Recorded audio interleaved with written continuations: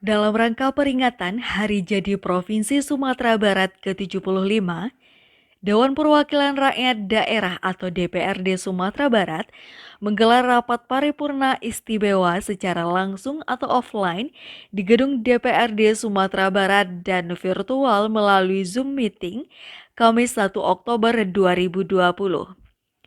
Para peserta dalam hal ini terus mematuhi protokol kesehatan sehubungan dengan tatanan normal baru produktif dan aman COVID-19 atau TNBPAC.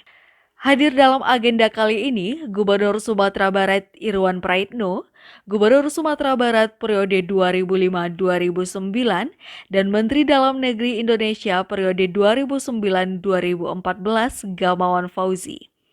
Pimpinan DPRD Provinsi Sumatera Barat, Forum Koordinasi Pimpinan Daerah atau Forkopimda, Bupati dan Wali Kota se-Sumatera Barat, dan Organisasi Perangkat Daerah atau OPD dalam lingkungan Provinsi Sumatera Barat di tempat masing-masing.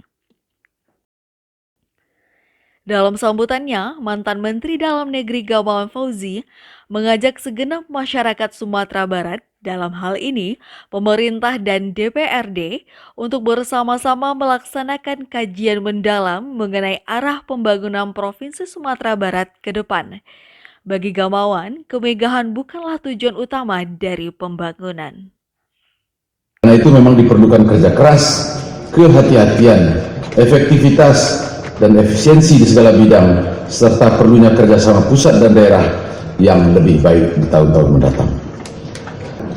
Dengan bermacam-macam persoalan juga yang belum tentu pulih sepenuhnya ekonomi, saya perkirakan juga pantas DPRD dan Pak Gubernur bersama-sama berhati-hati melihat persoalan ini.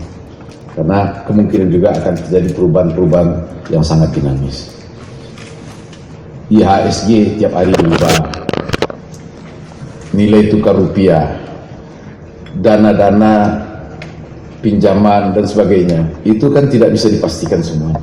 Semuanya hanya bisa diasumsikan sebagian besarnya.